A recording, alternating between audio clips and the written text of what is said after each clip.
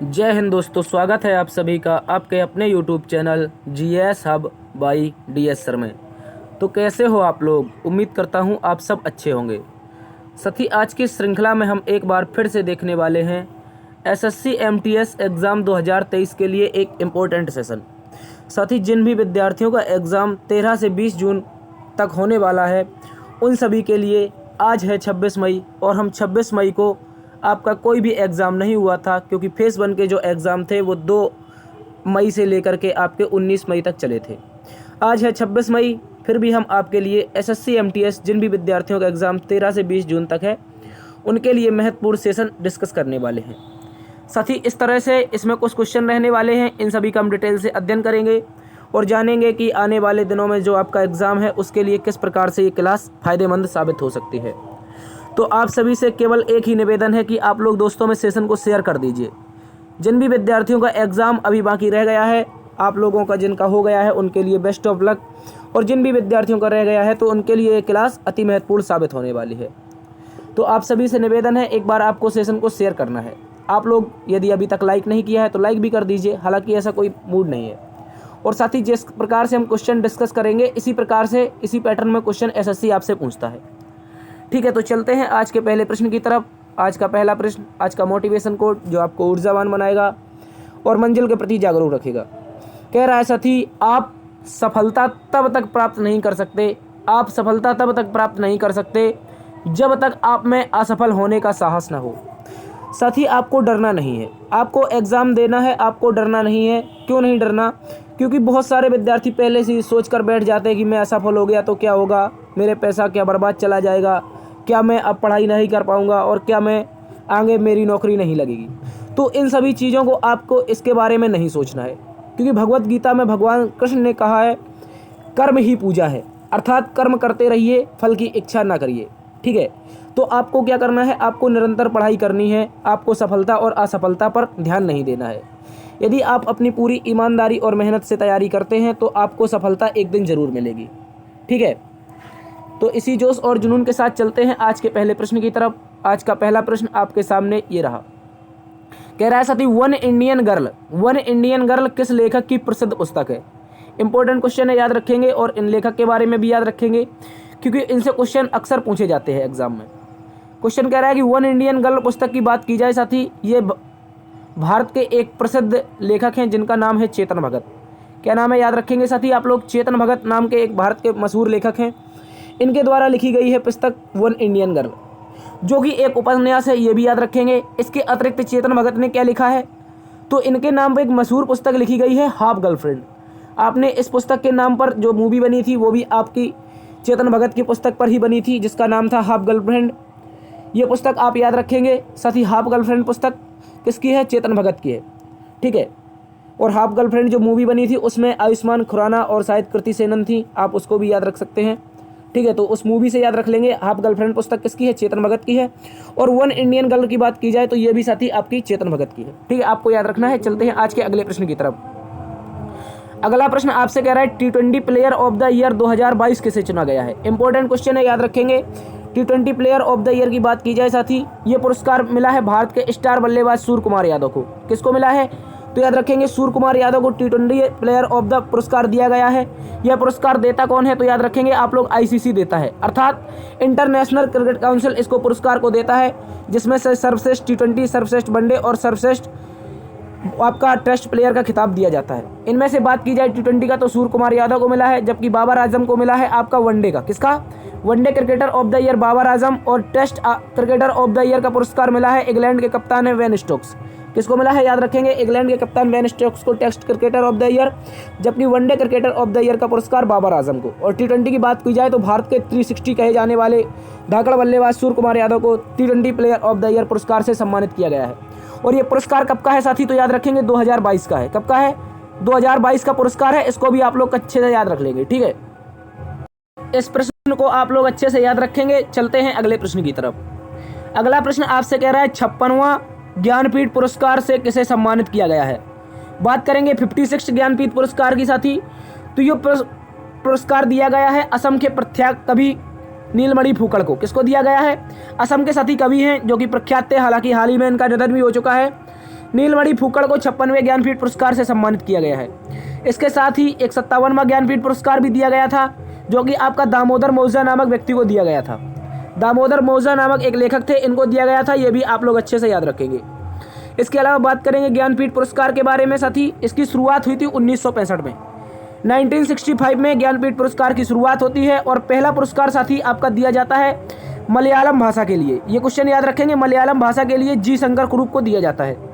किसको दिया जाता है? जी शंकर कुरूप को मलयालम भाषा के लिए आपका पहला ज्ञानपीठ पुरस्कार 1965 में दिया जाता है। इसके अतिरिक्त 56वां डिस्कस किया नीलमणि फुक्कड़, जबकि 57वां ज्ञानपीठ पुरस्कार दामोदर मौजा को दिया गया है। चलते हैं अगले प्रश्न की तरफ। अगला प्रश्न आपसे कह रहा है मरुस्थल विकास कार्यक्रम किस मंत्रालय द्वारा शुरू किया गया था? कह रहा है जो मरुस्थल विकास कार्यक्रम है साथी, इसकी शुरुआत किसने की थी? तो याद रखेंगे इसकी शुरुआत की थी भारत सरकार के एक मंत्रालय है जिसका नाम है ग्रामीण एवं विकास मंत्रालय। क्या नाम है साथी? ग्रामीण एवं विकास मंत्रालय के द्वारा भारत में मरुस्थल कार्यक्रम की शुरुआत होती है। सर इस कार्यक्रम की शुरुआत कब होती है? तो याद रखेंगे 1977 से लेकर के 1978 तक, 1977 से 1978 तक के बीच में भारत सरकार के द्वारा इसकी शुरुआत की जाती है। और साथ ही याद रखेंगे क्यों की गई थी? तो जो राजस्थान का क्षेत्र है आप सभी को पता होगा, हमारा थार का रेगिस्तान भी वहीं पर पड़ता है। और इस रेगिस्तान में साथी क्या हो रहा था? ये रेगिस्तान आज भी अपने भारत के अंदर की ओर आ रहा है। तो इसको रोकने के लिए ग्रामीण एवं विकास मंत्रालय ने यानी कि भारत सरकार ने 1977-78 में मरुस्थल विकास कार्यक्रम चलाया था। ठीक है, इससे बंजर भूमि जो हो रही थी उसको बचाना इसका मुख्य उद्देश्य था। हालांकि ये नहीं हो पाया था कंप्लीट। इसके बाद हाल ही में भारत सरकार ने एक बॉल बनाने का निर्माण किया है, जिसे ट्री बॉल नाम दिया है। ये ट्री बॉल आपके मरुस्थल के बाहर बनाई जाएगी। कहाँ पर? जो आपका राजस्थान का एरिया है, इस साइड का क्षेत्र यदि मरुस्थल है तो मरुस्थल इस तरफ भारत के अंदर की ओर बढ़ रहा है। जब अंदर की ओर भारत के मरुस्थल बढ़ रहा है तो यहीं पर एक ट्री बॉल बनाई जाएगी भारत सरकार के द्वारा। इस ट्री बॉल के तहत मरुस्थल को भारत के अंदर बढ़ने से रोका जाएगा। ठीक है, इसको भी आप लोग अच्छे से याद रख सकते हैं। चलते हैं अगले प्रश्न की तरफ। साथ ही आप लोग एडजस्ट कर लेंगे क्योंकि हमने आपको बताया था कि हमारे गाँव में भागवत हो रही है तो वो साउंड बचता है। ठीक है, पुण्य का काम है, हो रहा है तो कोई बात नहीं, फिर भी हम क्लास अपनी चालू रखेंगे। आज का अगला प्रश्न कह रहा है कि भारत में तार व्यवस्था का जनक किसे कहा जाता है?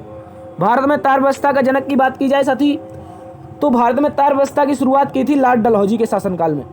साथी लॉर्ड डलहौजी के शासनकाल में कोलकाता में इसकी शुरुआत होती है तार व्यवस्था की। इंपॉर्टेंट है, याद रखेंगे। इसके अतिरिक्त पहला डाकघर 1854 में डलहौजी के शासनकाल में ही बना था। कब बना था? तो याद रखेंगे 1854 में पहला डाकघर भी डलहौजी के शासनकाल में बनाया गया था। डलहौजी को भारत में किसका जनक कहा जाता है? तो याद रखेंगे रेल व्यवस्था, डाक व्यवस्था और तार व्यवस्था। ये तीनों क्वेश्चन यदि पूछा जाता है आपसे तो बताएंगे आप रेल का जनक, डाक का जनक या तार का जनक किसे कहा जाता है? तो डलहौजी को कहा जाता है, क्योंकि इसी के शासनकाल में ये सारी सेवाएं हुई थी। तो चलते हैं अगले प्रश्न की तरफ। अगला प्रश्न आपसे कह रहा है वर्तमान में WTO वर्ल्ड ट्रेड ऑर्गेनाइजेशन की अध्यक्ष कौन है? इस तरह से क्वेश्चन आया था। वर्ल्ड ट्रेड ऑर्गेनाइजेशन का अध्यक्ष की बात करें तो याद रखेंगे इसकी पहली महिला अध्यक्ष बनी है और नाइजीरिया की रहने वाली है। नाम है इनका नागोजी ओंकाजा-इवेला। क्या नाम है साथी? नागोजी ओंकाजा-इवेला है नाम। वर्तमान में WTO की रहने वाली है, नाइजीरिया की रहने वाली है और WTO की अध्यक्ष हैं। बात करेंगे WTO की स्थापना के बारे में तो इसकी स्थापना 1995 में हुई थी। 1995 से पहले WTO को हम गेट के नाम से जानते थे। किस नाम से?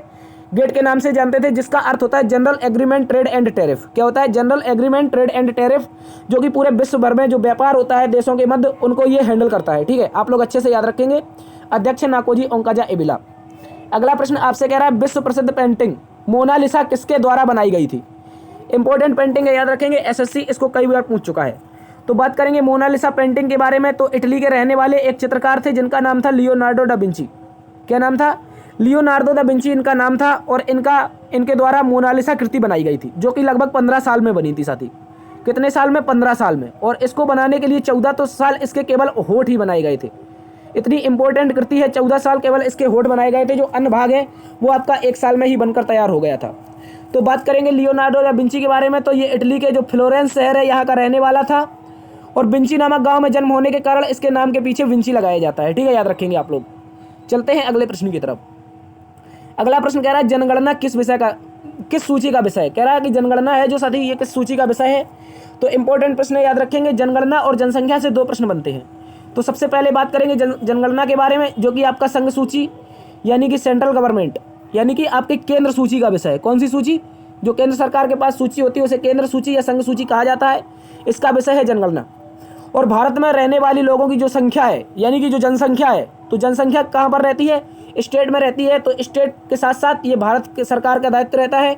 तो ये समवर्ती सूची का विषय है। तो आप सभी से हमने डिस्कस किया था पहले, यदि आप पुराने विद्यार्थी हैं तो संघ सूची, जिसमें केंद्र सरकार कानून बना सकती है। इसके अतिरिक्त होती है राज्य सूची।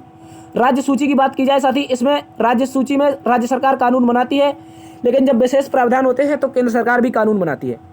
लेकिन जो समवर्ती सूची है, इस पर केंद्र सरकार और राज्य सरकार दोनों सरकारें आपस में कानून बना सकती हैं। इसको भी आप लोग अच्छे से याद रखेंगे। तो चलते हैं अगले प्रश्न की तरफ।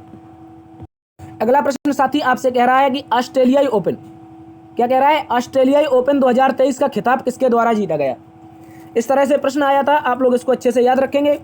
ऑस्ट्रेलिया ओपन 2023 की बात की जाए साथी, तो इसका खिताब सर्बिया के रहने वाले मशहूर खिलाड़ी नोवाक जोकोविच के द्वारा जीता गया है। किसके द्वारा? सर्बिया के एक मशहूर खिलाड़ी हैं नोवाक जोकोविच, जो कि टेनिस से संबंधित खिलाड़ी हैं। इनके द्वारा ऑस्ट्रेलियाई ओपन जीता गया है। और ऑस्ट्रेलियाई ओपन की शुरुआत जो हुई थी साथी, वो 1905 में हुई थी। ठीक है, इसको भी याद रखेंगे। और महिला एकल का खिताब बात करेंगे तो बेलारूस की खिलाड़ी है, जिनका नाम है आर्याना सवालेंका। क्या नाम है साथी? आर्याना सवालेंका के द्वारा महिला एकल का खिताब 2023 में जीता गया है, जबकि पुरुष एकल का खिताब नोवाक जोकोविच ने जीता है। और मिक्स डबल की बात की जाए तो इसमें राफेल पोटास और स्टेफनी करके खिलाड़ी हैं। इन्होंने भारत की सानिया मिर्जा और रोहन बोपन्ना को मिक्स डबल में हरा करके खिताब जीता है। ठीक है, तो इन सभी को आपको अच्छे से याद रखना है। चलते हैं आज के अगले प्रश्न की तरफ। अगला प्रश्न आपसे कह रहा है 52वां संविधान संशोधन किससे संबंधित है? बात करेंगे 52वां संविधान संशोधन के बारे में साथी, तो ये याद रखेंगे 52वां संविधान संशोधन, यहाँ पर मिस टाइपिंग है, याद रखेंगे। 52 कॉन्स्टिट्यूशनल अमेंडमेंट की बात की जाए साथी, ये तो 1985 में हुआ था। कब हुआ था? 1985 में हुआ था। और इस संविधान संशोधन के तहत अनुसूची 10 जोड़ी गई थी। कौन सी अनुसूची साथी? अनुसूची 10 जोड़ी गई थी। इसके तहत साथी इस अनुसूची में दल बदल से संबंधित कानून बनाए गए थे। दल बदल से संबंधित जो प्रावधान थे वो आपकी 10 अनुसूची में जोड़े गए थे। ठीक है, याद रखेंगे। इस एक बार क्या हुआ था कि जो हरियाणा है, हरियाणा में एक विधायक जी थे, उन्होंने आयाराम गयाराम वाली, उनका नाम था आयाराम गयाराम, ठीक है, शायद इस तरह से नाम था। तो उन्होंने इतने दल बदले थे साथी, तो भारत सरकार को दल बदल का कानून ही बनाना पड़ा था। ठीक है, याद रखेंगे। ठीक है, तो आप लोग एक बार से क्या करेंगे, इस क्वेश्चन को अच्छे से याद रखेंगे। और 52वां संविधान संशोधन 1985 में होता है। इस समय सरकार किसकी थी? तो याद रखेंगे राजीव गांधी की। किसकी? राजीव गांधी जी की सरकार थी। इंपॉर्टेंट है, याद रखेंगे। ठीक है, चलते हैं अगले प्रश्न की तरफ। अगला प्रश्न साथी आपसे कह रहा है कि न्यू डेवलपमेंट बैंक, क्या कह रहा है?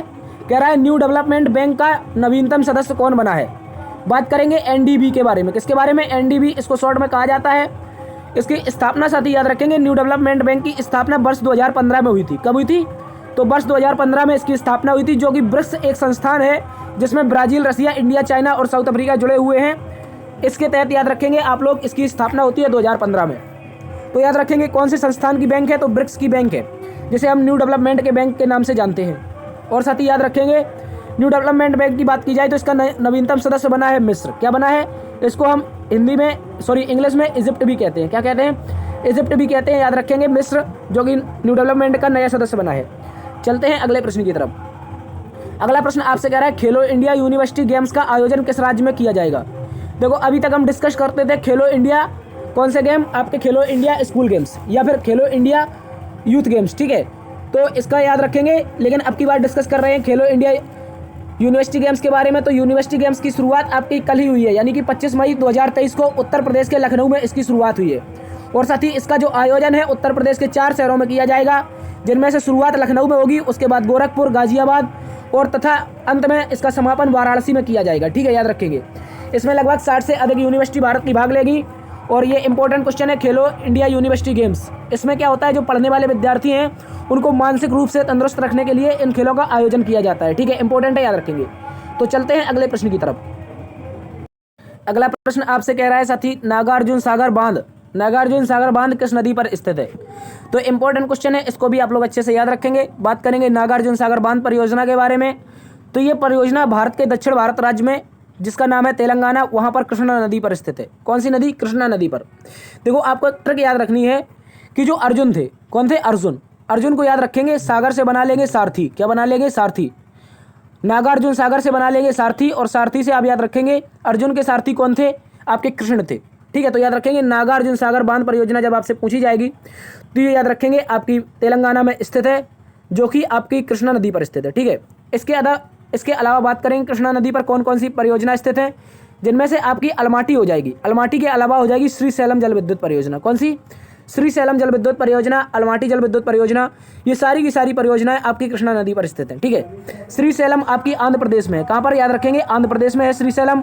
और अलमाटी आपकी हो जाएगी कर्नाटक में। कहाँ पर हो जाएगी? कर्नाटक में।